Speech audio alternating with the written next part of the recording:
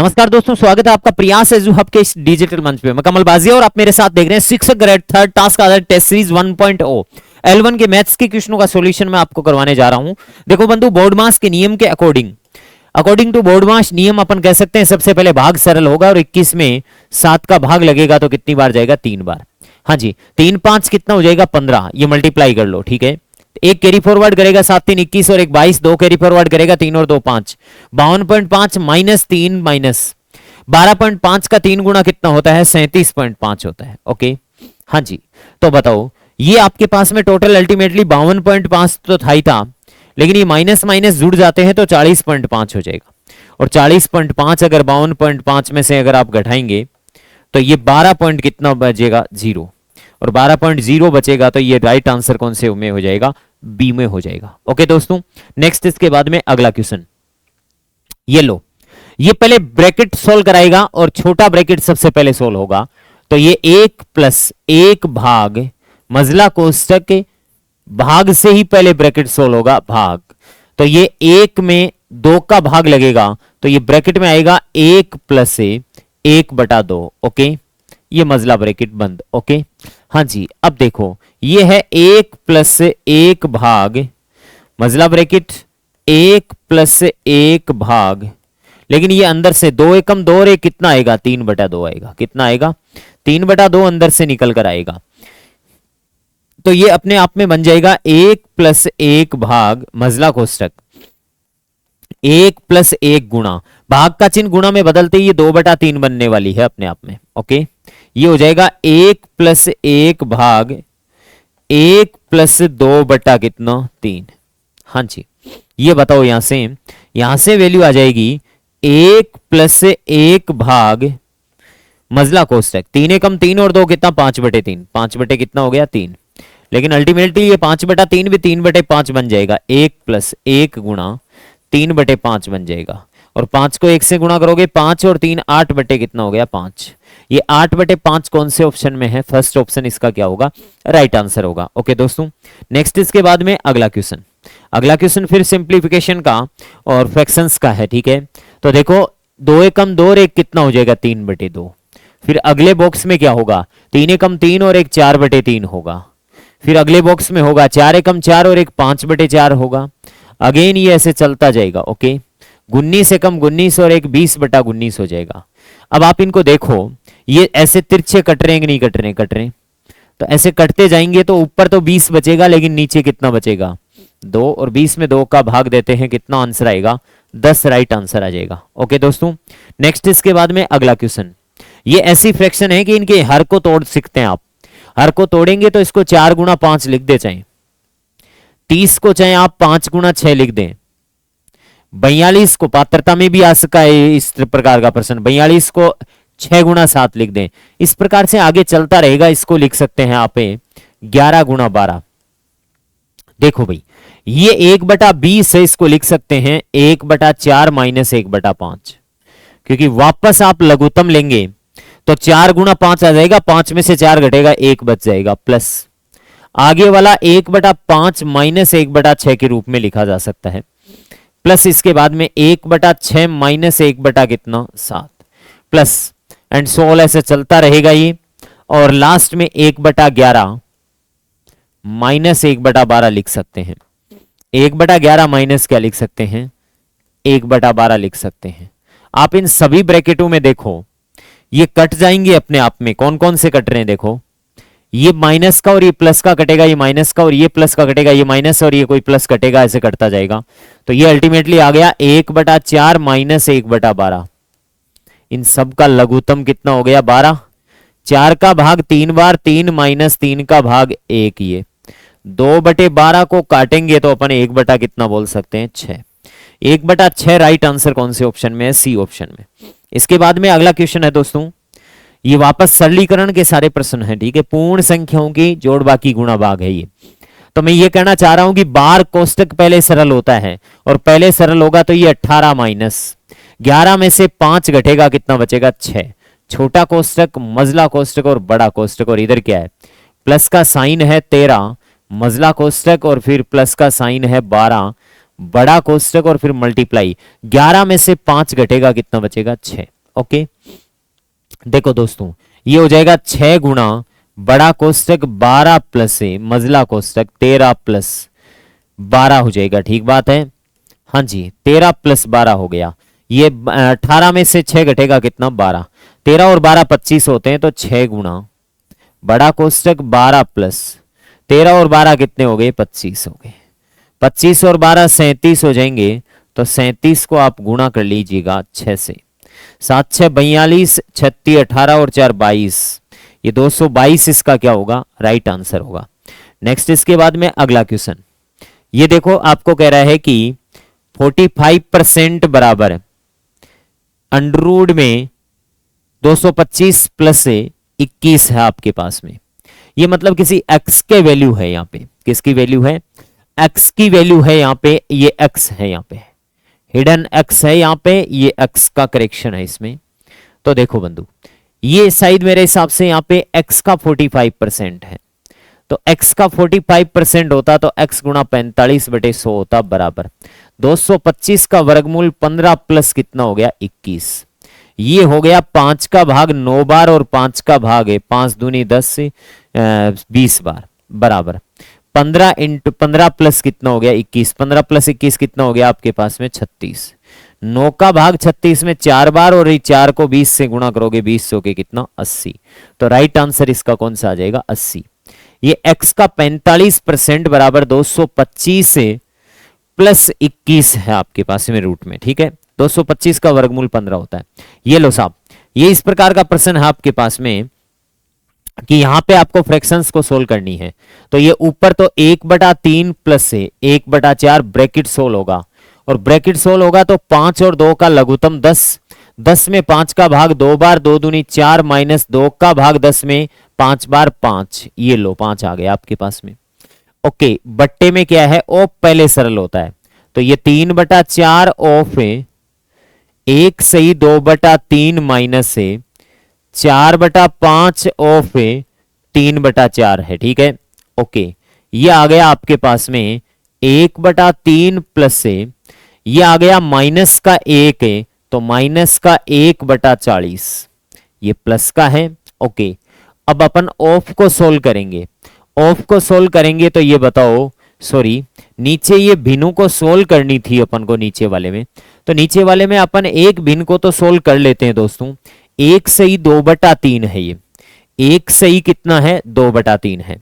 इस 1 सही 2/3 को क्या मैं ऐसे बोल सकता हूं क्या, ये ऑफ लगाया हुआ है 3 एकम 3 और 2 5/3। ओके, अब बताओ ऑफ का मतलब मल्टीप्लाई होता है, तो ये मल्टीप्लाई होंगे 5 3 15/3 चौके 12 माइनस 3 चौके 12/5 चौके कितना 20। ओके, ये आ जाएगा 1/3 माइनस 1/40, और नीचे आएगा 3 का भाग 5 बार और 3 का भाग 4 बार, 4 का भाग 3 बार और 4 का भाग 5 बार। ऊपर तो लघुत्तम ले लेते हैं 120, 120 में 3 का भाग दोगे 40 बार जाएगा 40 माइनस 3 बट्टे नीचे लघुत्तम ले लेता हूं ओनली 20, 4 का भाग 5 बार 25 माइनस 5 का भाग 4 बार 4 × 12, ये हो गया आपके पास में 37 बट्टे ये नीचे आ जाएगा 120 इंटू 25 में से 12 घटाओगे 13 इंटू ऊपर 20, 20 का भाग 6 बार चला जाएगा, तो ये 37/13 6 78। ठीक है, तो ये हो जाएगा 36 18 और 6 और 1 कितना 7, तो 37/78 राइट आंसर हो जाएगा, डी ऑप्शन में पड़ा है। नेक्स्ट इसके बाद में अगला P/Q के रूप में लिखने पर बराबर क्या आएगा, जितने अंकों पर बार है उतने नीचे 9 लगा देते हैं। 1 सही 27 बटे कितना हो जाएगा बंधु 99। ओके, 9 का भाग है 3 बार, 9 का भाग 11 बार, 11 एकम 11 और 1 3 14/11 राइट आंसर कौन सा है सी हो जाएगा इस क्वेश्चन का। ठीक बात है। नेक्स्ट इसके बाद में अगला क्वेश्चन, इसका सरलीकृत रूप क्या है मेरे बंधु, पहले ये नीचे से ऊपर की तरफ सोल्व होता है, पहले ये सोल्व होगा तो ये कितना हो जाएगा 3 3 9 और 2 कितना 11/3 होगा, और 11/3 होगा तो इसका रूप क्या बनेगा, ये बनेगा 2/2 प्लस 2/3 प्लस ये 11/3 है, 3 ऊपर जाएगा तो 6/11 बनेगा। क्या बनेगा? 6/11 बनेगा। ओके, बताओ बंधु, नीचे से ऊपर की तरफ ये 16 होते हुए जाता है तो 2 प्लस से 6, 11 3 33 है, 33 और 6 कितना हो गया? 39। 39 तो नीचे आ जाएगा। ओके, और ऊपर 2 है तो 11 दूनी 22। ओके, अब बताना मुझे 2/39 का डबल कितना होता है? 78।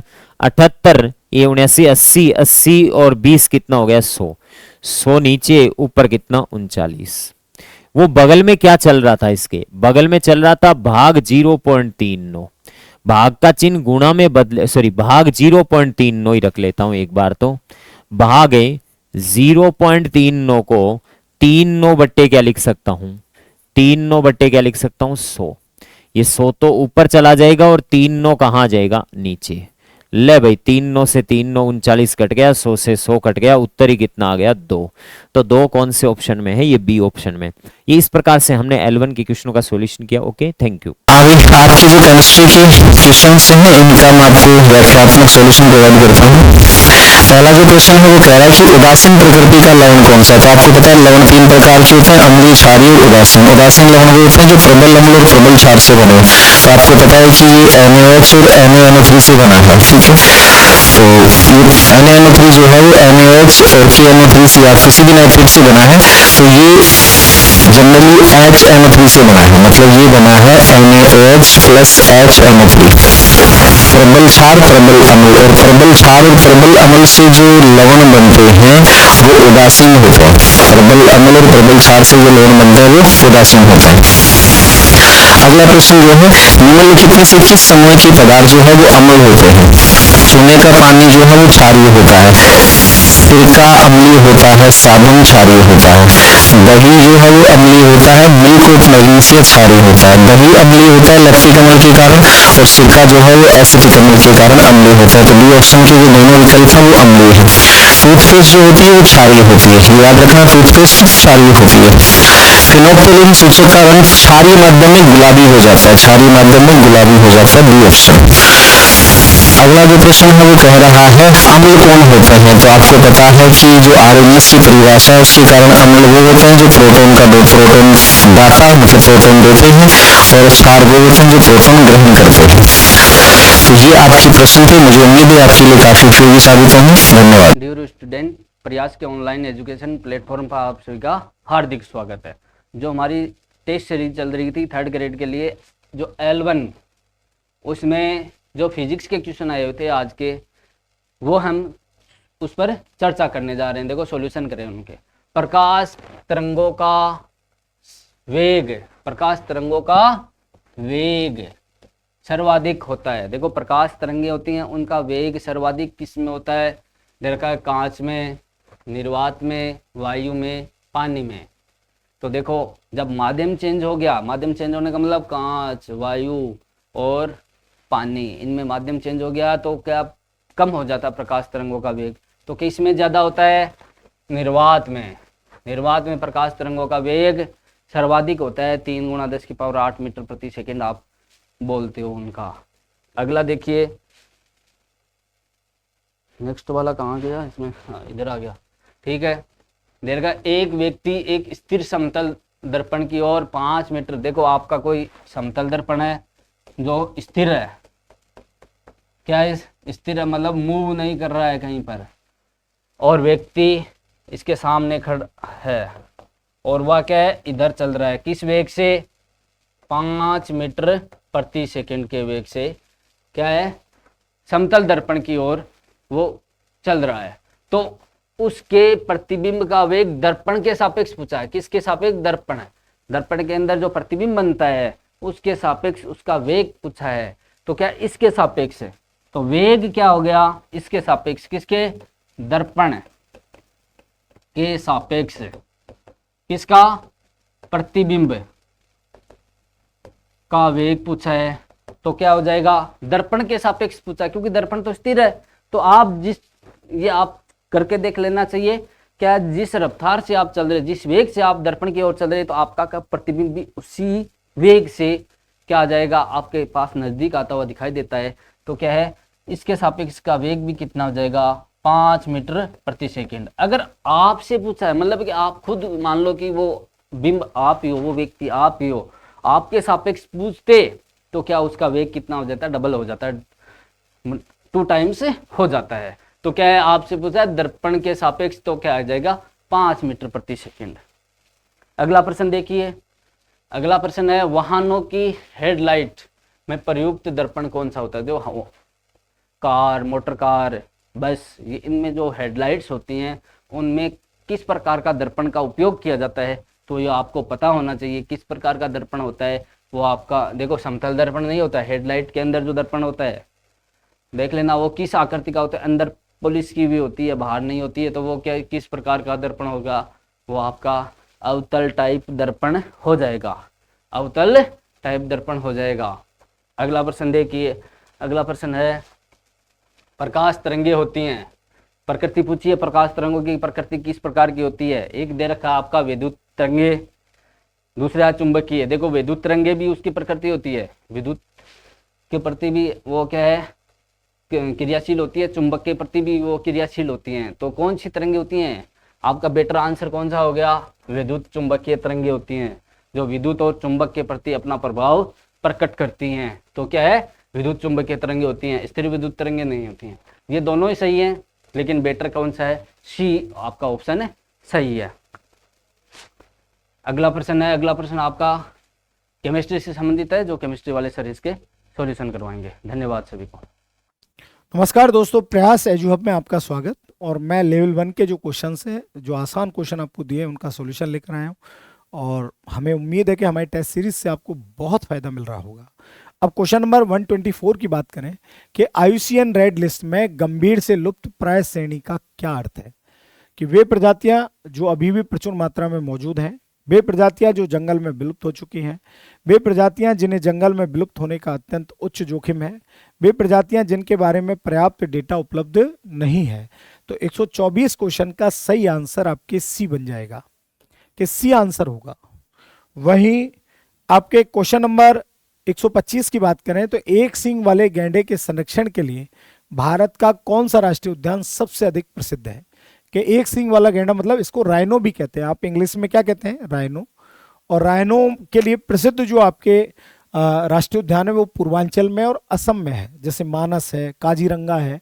तो यहाँ आपका आंसर काजीरंगा बन जाएगा, ए आंसर आपके हो जाएगा। यहाँ टाइगर भी मिलते हैं और यहाँ वानस्पतिक विविधता भी खूब मिलती है, बड़ा चर्चा में है। इसके बाद में क्वेश्चन नंबर है 126 कि भारत सरकार द्वारा बाघ परियोजना किस वर्ष शुरू की गई। कि बाघ परियोजना किस वर्ष में प्रारंभ की गई, तो ये 1973 में प्रारंभ की गई, और पहला टाइगर प्रोजेक्ट आपके जिम कॉर्बेट बनाया गया। कि राजस्थान का पहला टाइगर प्रोजेक्ट कौन सा बना, तो जिम कॉर्बेट बना, ये आप ध्यान में रखना। और जिम कॉर्बेट जो नेशनल पार्क है एक शिकारी के नाम पर रहा है, ठीक है, ये बड़े शिकारी थे जिनके नाम पर ये रहा है। इसके बाद में क्वेश्चन नंबर 126 है कि नंदा देवी बायोस्फीयर रिजर्व स्थित है गुजरात, तमिलनाडु, उत्तराखंड और राजस्थान। तो ये बायोस्फीयर रिजर्व जैसे जैव मंडल से आप हिंदी में कहते हैं, और ये आपके उत्तराखंड में है।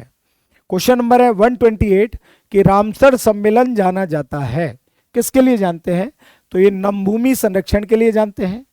1971 में आपके नमभूमि क्षेत्रों के संरक्षण के लिए ईरान के रामसर शहर में आयोजित किया गया, इसलिए ऐसे नमभूमि क्षेत्रों को रामसर स्थल कहते हैं। किस शहर में आयोजित किया गया, रामसर शहर में, यह आप ध्यान में रखना। 129 है कि असुमेलित युग्म की पहचान कीजिएगा। कि बांदीपुर राष्ट्रीय उद्यान कहाँ है, पेरियार कहाँ है, कान्हा कहाँ है, सिमलीपाल कहाँ है। और इसमें जो असुमेलित की बात करते हैं तो बांदीपुर कर्नाटक में है, बिल्कुल है। पेरियार केरल में बिल्कुल है, हाथियों का अभ्यारण्य है, ये हाथियों की नदी भी कहते हैं पेरियार को। कान्हा जो है वो एमपी में है, यूपी में नहीं है, इसलिए सी आंसर इसका बन जाएगा। सिमलीपाल ओडिशा में ही है। वहीं विश्व पर्यावरण दिवस कब मनाया जाता है, तो ये प्रतिवर्ष 5 जून को मनाया जाता है। 22 अप्रैल को विश्व पृथ्वी दिवस, 22 मार्च को जल दिवस मनाते हैं। ये थोड़ी थोड़ी सी जानकारी याद रखना। इसके बाद में क्वेश्चन नंबर 131 कि निम्न में से कौन सा सम्मेलन मुख्यतः आर्द्र भूमियों से संबंधित है। कौन सा सम्मेलन है? तो वह रामसर सम्मेलन है कि ये आर्द्र भूमियों से क्या है, संबंधित है। इसके बाद में है कि भारतीय वन्यजीव संरक्षण अधिनियम किस वर्ष में पारित हुआ? तो ये 1972 में पारित हुआ। तो 132 का डी आंसर बन जाएगा। कितना आंसर बनेगा? डी आपकी आंसर बन जाएगा। और मुझे आप लोगों को तो एक ही बात कहनी है कि आप जो ये टेस्ट सीरीज है इस पर बड़ा विश्वास रखिएगा, आपको फायदा मिलेगा। जय हिंद, जय प्रयास, जय राजस्थान। सॉल्यूशन वीडियो क्लासेस में आप लोगों का हार्दिक स्वागत है। हिंदी के L1 में जो हमारे हिंदी के प्रश्न हैं 133 से स्टार्टिंग है। देखिएगा इनका पहला प्रश्न अपना जो दिया गया है, प्रश्न दिया गया है, वर्तनी की दृष्टि से शुद्ध शब्द कौन सा है? तिथि। तिथि अशुद्ध शब्द है, इसमें दोनों मात्राएं रस्व आती है। शुद्ध शब्द पूछा है। परीक्षित शुद्ध है, परिधन इक्षित, सरोजनी नहीं होता, फिर ये सरोजिनी शब्द होता है। शुद्र नहीं, इस प्रकार से क्षुद्र होता है। अतः आंसर हमारा बी हो जाएगा। 134 नंबर में दिया गया, निम्नलिखित में से अशुद्ध शब्द बताएं। चिन्ह, मध्याह्न, लघुतर और वात्सल्य। तो बच्चों चिन्ह शब्द की अगर बात करते हैं तो देखिए चिन्ह हम इस प्रकार से लिखते हैं। इसको है हलंत है, इसे हम मिलाकर इस प्रकार से भी लिख सकते हैं, शुद्ध होता है। मध्याह्न अहं शब्द जो होता है उसमें तो नए हलंत होता है, लेकिन जब वो मध्य, पूर्व, अपर इत्यादि के साथ जुड़ता है तो उच्चारण में है का उच्चारण होता है और है इसमें स्वर रहित हो जाता है। तो मध्याह्न यानी ये भी शुद्ध है, ये भी शुद्ध है। वात्सल्य भी शुद्ध है। लघुतर अशुद्ध है, क्योंकि लघुतर में लघु धन उत्तर जब लिखते हैं तो ये दीर्घ संधि बन जाती है, तो वो शब्द बनता है लघुतर। और यदि हम लघुतर विशेषण की अवस्था की अगर बात करते हैं तो वो लघुतर इस प्रकार से लिखा जाता, तो ऐसा होता तो भी हम शुद्ध मान लेते। इसलिए अशुद्ध शब्द हमारा कौन सा हो जाएगा? क्योंकि इस लघुतर में द्वितीय व्यंजन नहीं आता है।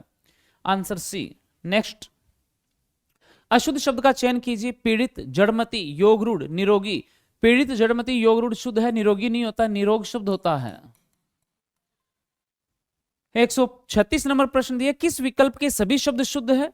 अत्युक्ति शुद्ध है, निरवलंब ये भी शुद्ध है, आशीर्वाद अशुद्ध है, क्योंकि आशीर्वाद में ई की मात्रा दीर्घ आती है। श्रृंखला में री आता है, र नहीं आता। गत्यावरोध नहीं होता, गत्यवरोध होता है। पारितोषिक शुद्ध है। त्योहार में केवल ओ आता है, औ नहीं आता।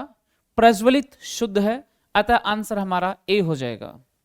137 नंबर प्रश्न देखिए, वर्तनी की दृष्टि से किस विकल्प के सभी शब्द शुद्ध हैं? अतिथि अशुद्ध, अधीन अधीन होता है, यह भी गलत। स्थायी ये शुद्ध है। अनुगृहित गलत है, कक्षा में आप लोगों को बहुत बार ये लिखवाया हुआ है। अनुगृहित शब्द इस प्रकार से होता है। द्वारिका नहीं होता, द्वारका होता है। पड़ोसी नहीं होता, पड़ोसी होता है, पड़ोसी नहीं होता है। अहल्या शुद्ध है। दंपति शुद्ध है, द्रष्टव्य शुद्ध है, अतः ऑप्शन हमारा सी। आगे देखते हैं, वापस शुद्ध है। विरहणी नहीं होता, विरहिणी होता है। श्रृंगार होता है, श्रृंगार नहीं होता, अतः आंसर हमारा सी। 138 नंबर देखिए, इनमें अशुद्ध शब्द कौन सा है? उत्तरोत्तर शुद्ध है। ऊहापोह शुद्ध है। शिरस्त्राण शुद्ध है। विवाहेतर अशुद्ध है। क्यों? क्योंकि विवाहेतर शब्द जब हम लिखते हैं, विवाह धन इतर, इतर में द्वितीय व्यंजन नहीं आता है, और जब शब्द बनेगा तो ये बनेगा विवाहेतर। आधा तय साथ में नहीं आता, यहां पर जो दिया हुआ ये अशुद्ध हो गया, अतः आंसर हमारा सी। 139 नंबर प्रश्न देखो बच्चों, निम्नलिखित में से कौन सा शब्द शुद्ध नहीं है? कौन सा शब्द शुद्ध नहीं है? ज्योत्सना, पृष्ठभूमि, शूर्पणखा, संतुष्ट। तो पृष्ठ ठ आता है, ट नहीं आता, पृष्ठभूमि होता है, तो अशुद्ध शब्द ही हो जाएगा, शुद्ध नहीं है। आंसर बी हो जाएगा। 140 दिया, निम्नलिखित में से किस विकल्प के सभी शब्द शुद्ध हैं? ऊर्ध्व, ऊर्ध्व में ऊ दीर्घ आता है बच्चों, ये गलत है। आध्यात्मिक नहीं होता, आध्यात्मिक होता है। एक प्रत्यय जोड़ने पर ये सभी अशुद्ध है। मृत्यु प्रांत में उ दीर्घ आता है, मृत्यु धन उपरांत। सन्यासी में अनुस्वार भी आता है, मतलब ये भी अशुद्ध है दोनों। केंद्रीय और श्रृंगार, केंद्रीय सही है लेकिन श्रृंगार अशुद्ध है। व्यावसायिक, व्यवसाय में एक जोड़ा शुद्ध हो गया। व्यावसायिक, शुद्धिकरण में, शुद्धि में तो ई रहस्व आता है लेकिन करण प्रत्यय जब जुड़ता है साथ में तो दीर्घ मात्राएं हो जाती है, तो आंसर यहां हमारा डी होगा। नेक्स्ट, इनमें से किस विकल्प के सभी शब्द अशुद्ध हैं? तदुपरांत और प्रकृति, निरपराध, पत्नी। देखिए सभी शब्द अशुद्ध बताया है तो ये तो दोनों ही शुद्ध है। निरपराध शुद्ध है लेकिन पत्नी अशुद्ध है, क्यों? पत्नी में ई दीर्घ आता है। निर्नुनासिक और प्रतीक्षा, निर्नुनासिक शुद्ध है, प्रतीक्षा अशुद्ध है क्योंकि दीर्घ ई आता है। सदोपदेश, सदोपदेश नहीं होता, क्या होता है? सदुपदेश होता है। और निष्कपटी नहीं होता, निष्कपट होता है, आता है। यहां दोनों ही ऑप्शन यानी जिसमें सभी शब्द अशुद्ध हैं, आंसर यहां डी हो जाएगा। चलिए, उम्मीद करता हूं अच्छे से समझ में आया होगा। धन्यवाद। Hello guys, as you know myself Parvin Swami, an innovative teacher of competitive English. Welcomes all aspirants on the digital panel of Priyas Edu Hub Seeker. Guys आज का जो अपना सेशन है उसमें अपन चर्चा करने वाले हैं टेंस के। लगभग 9 क्वेश्चन है टेंस के। Correct form of the verb कहें, टेंस कहें, एक ही बात होती है। लगभग इनमें प्रश्न पूछने का जो तरीका होता है वो सेम सा ही होता है, राइट। तो इसमें इनका सॉल्यूशन वगैरह देखेंगे। तो क्या कर रहा है, by the time the guest. एक बात याद रखना, अगर किसी वाक्य में बाई के बाद में क्या मिले आपको? टाइम मिलता है। बाई के बाद में क्या मिलता है? टाइम मिलता है। तो वहाँ पे अपन टेंस देखेंगे, टेंस कौन सा होता है, तो वो वहाँ पे टेंस होता है फ्यूचर परफेक्ट टेंस। कौन सा टेंस होगा? Future perfect tense. अगर किसी वाक्य में बाई के बाद में अगर टाइम मिलता है तो वहाँ पे टेंस होता है फ्यूचर परफेक्ट टेंस। और फ्यूचर परफेक्ट टेंस की बेसिक बातें आपको पता ही होगा, जहाँ पे हेल्पिंग वर्ब आती है, शैल है और विल है, और वर्ब की कौन सी फॉर्म लगाते हैं? थर्ड फॉर्म लगाते हैं। तो प्रश्न यही बन रहा है अपना। तो यहाँ पे बाई द टाइम और आगे लिखा द एंटायर मील, ठीक है। तो अब यहाँ पे आई के अकॉर्डिंग किसका प्रयोग करेंगे अपन? सेल का। सेल इसमें ऑप्शन में है ही नहीं हमारे पास, तो आपका उत्तर कौन सा हो जाएगा? आई विल हैव, ठीक है, प्रिपेयर्ड द एंटायर मील, ये आपका सही जवाब माना जाएगा। अगला हमारे पास water at centigrade at sea level. समुद्री स्तर पे अपन देखें तो पानी जो है वो अक्सर उबलता है, कितने डिग्री सेंटीग्रेड पे उबलता है? 100 डिग्री पे। साइंटिफिक प्रिंसिपल है, और साइंटिफिक प्रिंसिपल वाले जो वाक्य होते हैं वो सदैव कौन से टेंस में लिखे जाते हैं? सिंपल प्रेजेंट टेंस में लिखे जाते हैं। वाटर जो शब्द है यहाँ पे नाउन है, अनकाउंटेबल नाउन है। अनकाउंटेबल नाउन हमेशा सिंगुलर होता है, तो वर्ब भी कैसी आएगी? सिंगुलर। तो आपका सही जो जवाब होगा वो कौन सा होगा? बॉइल्ड हो जाएगा। Water boiled at degree centigrade, ऐसा कहोगे आपको उत्तर सही माना जाएगा। आगे कह रहा है although the novel last year. Last के बाद में अगर कहीं भी अगर टाइम मिलता है तो अंडरस्टूड है, वहाँ पे टेंस होता है वो सिंपल पास्ट टेंस होता है। It has only recently gained popularity. तो अब यहाँ पे क्या करना आपको? वर्ब की सेकेंड फॉर्म लगानी है। सिंपल पास्ट में क्या हो जाएगा? ठीक है, वर्ब की कौन सी फॉर्म लगाते हैं? Second form. तो आपका सही जो उत्तर होगा वो क्या हो जाएगा? पब्लिश्ड हो जाएगा। We our project for 8 hours straight before taking a break. For अथवा सिंस के बाद में अगर जहां कहीं भी टाइम मिलता है तो वहां पे टेंस होता है वो कौन सा होता है? प्रेजेंट परफेक्ट कंटिन्यूअस टेंस होता है। और वी के अकॉर्डिंग यहाँ पे हम किसका प्रयोग कर देंगे? हैव बीन का, ठीक है। तो आपका सही जो सटीक जवाब होगा वो कौन सा होगा? हैव बीन वर्किंग हो जाएगा। The children to the park every weekend since the summer started. Since the summer started. अब देखो यहाँ पे जब दो अलग अलग वाक्य अगर सिंस से जुड़ते हैं तो सिंस के बाद आने वाला वाक्य है उसमें सिंपल पास्ट टेंस होता है, तो पहले वाला प्रेजेंट परफेक्ट या प्रेजेंट परफेक्ट कंटीन्यूअस टेंस में लिखा जाएगा। तो सही जो जवाब होगा वो क्या होगा? Have been going. तो children have been going to the park every weekend since the summer started, ऐसा बोलोगे आपका पार्ट बिल्कुल क्या होगा? सही होगा। नेक्स्ट जो क्वेश्चन है वो क्या बोल रहा है जरा देखें। The news report claimed that the thousands of documents by hacker, ठीक है। तो यहाँ पे क्या दे रखा है इसमें? The news report claimed that the thousands of documents. Thousands of documents यहाँ पे प्लूरल सब्जेक्ट बन गया, तो फिर यहाँ पे पैसिव फॉर्मेशन है, तो यहाँ पे किसका प्रयोग कर दोगे? वर स्टोलन का प्रयोग कर दोगे, आपका उत्तर सही माना जाएगा। Vote you when I called you yesterday afternoon. तो इसमें आगे देखो क्या कर रहा है, यस्टरडे दे रखा है तो सिंपल पास्ट टेंस है, और सिंपल पास्ट टेंस के वाक्य उसमें किसका प्रयोग करेंगे, डिड का, और डिड का प्रयोग होते वर्ब की कौन सी फॉर्म आएगी, फर्स्ट फॉर्म। तो आपका उत्तर होगा डिड डू, ये आपका सही उत्तर माना जाएगा। और लास्ट एंड फाइनल जो क्वेश्चन है वो क्या कह रहा है जरा देखें, सी विश्ड, उसने ऐसी कामना की, सी टू हिज एडवाइस अर्लियर। तो देखना अगर किसी वाक्य में सब्जेक्ट के बाद में विश अथवा विशीज मिलता है